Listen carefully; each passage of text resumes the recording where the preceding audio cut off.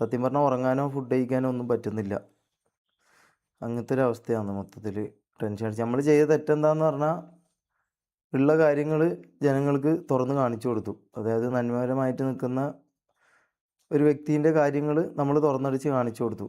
അതാണ് നമ്മൾ ചെയ്ത തെറ്റ് എന്ന് പറഞ്ഞു കഴിഞ്ഞാൽ. പൈസയും പവറും ഇതുള്ള ആളെ തെറ്റുകൾ എന്തെല്ലാമാണോ അതൊക്കെ നമ്മൾ കാണിച്ചു കൊടുത്തു എന്നുള്ളതാണ്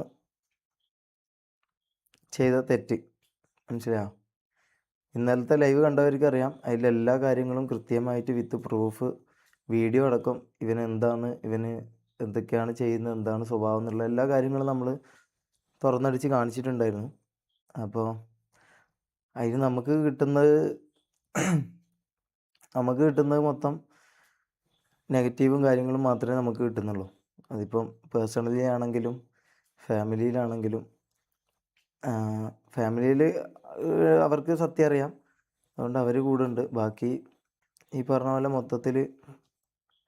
മൊത്തത്തിൽ പ്രശ്നമാണ്. മനസ്സിലായോ?